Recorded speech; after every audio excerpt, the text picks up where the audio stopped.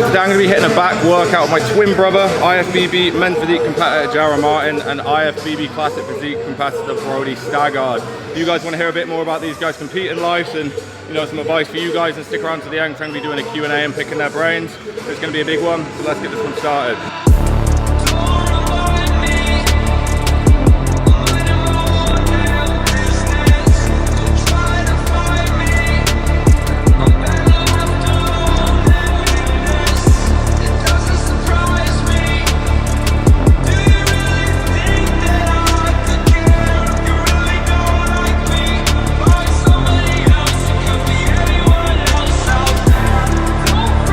Alright guys, so we're going to be separating today's exercises into upper back and lat work. Now the difference we're thinking about when we're targeting either our lats or our upper back is going to be the arm path and the hand positioning. Okay, so when we're targeting our lats, the lat rotates that upper shoulder joint there to pull this upper part of our arm down.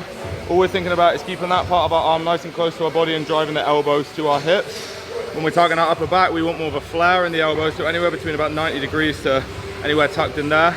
And the way our upper back works is that's when it's fully contracted, and that's it fully lengthened. So we want to make sure we're getting a full protraction of the shoulders on the eccentric and a full retraction on the concentric. So it's literally just going to be squeezing the back, big stretch forward, and then lats, arm path nice and close to body.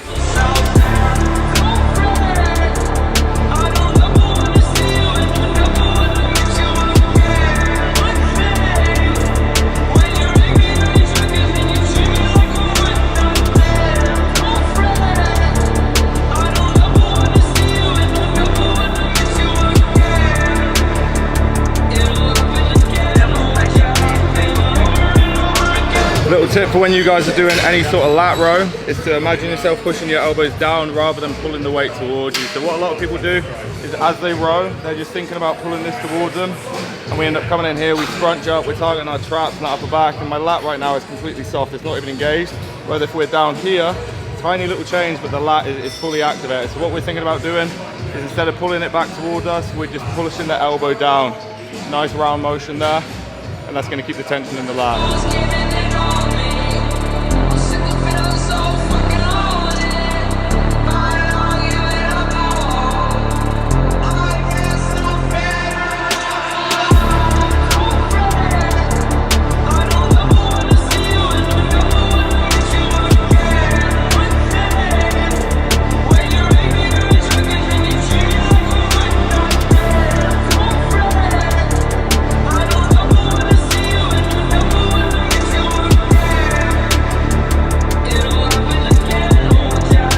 Quick tip while you guys are doing your pec deck and targeting your rear deltoids is to pull your bum further back in the seat and keep your chest in the pad. If we're sat right up against the pad, we're a lot more likely to move our chest off the pad as we come into that contracted position, which is going to add momentum to movement.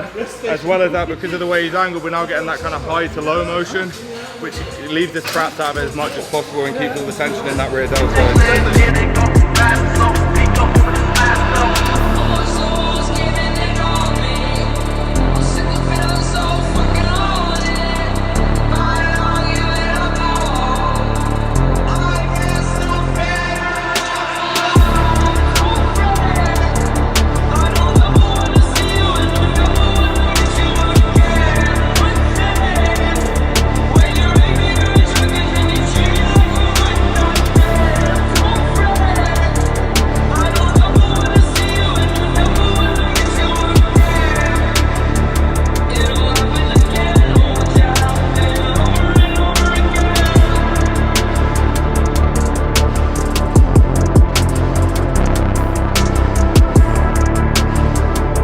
Alright guys, so that's the back workout done. So as promised, I'm going to pick these boys' brains a little bit for you guys. So Jarrah and Brody in particular, me and James are going to do a Q&A soon.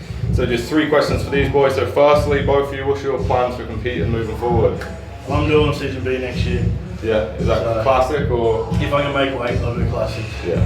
Otherwise opens. That's it, man. And how much are you weighing at the moment? 101. 101. I'm going to get down to 94 or 89. What actually is your weight cap for classic? Depends how tall it is. Yeah, last time I competed, they weighed me in at, I had to be 89, but I'm like right on the cusp.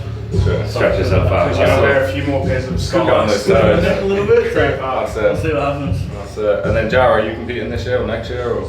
I say I'm not going to compete next year, but Say that I'll every probably year. get the bug again. Say it every But year. I'm just growing and not having any focus on a certain date. Yeah. And see how it plays out. You're going to Bali soon, aren't you? Yeah, moving Yeah. to Bali and Come live with me. There you go, come with James. Don't be leaving me and Brody, But that's the competing goals. Both of you, if you could give just one piece of advice to anyone who's looking to compete, what would the advice be?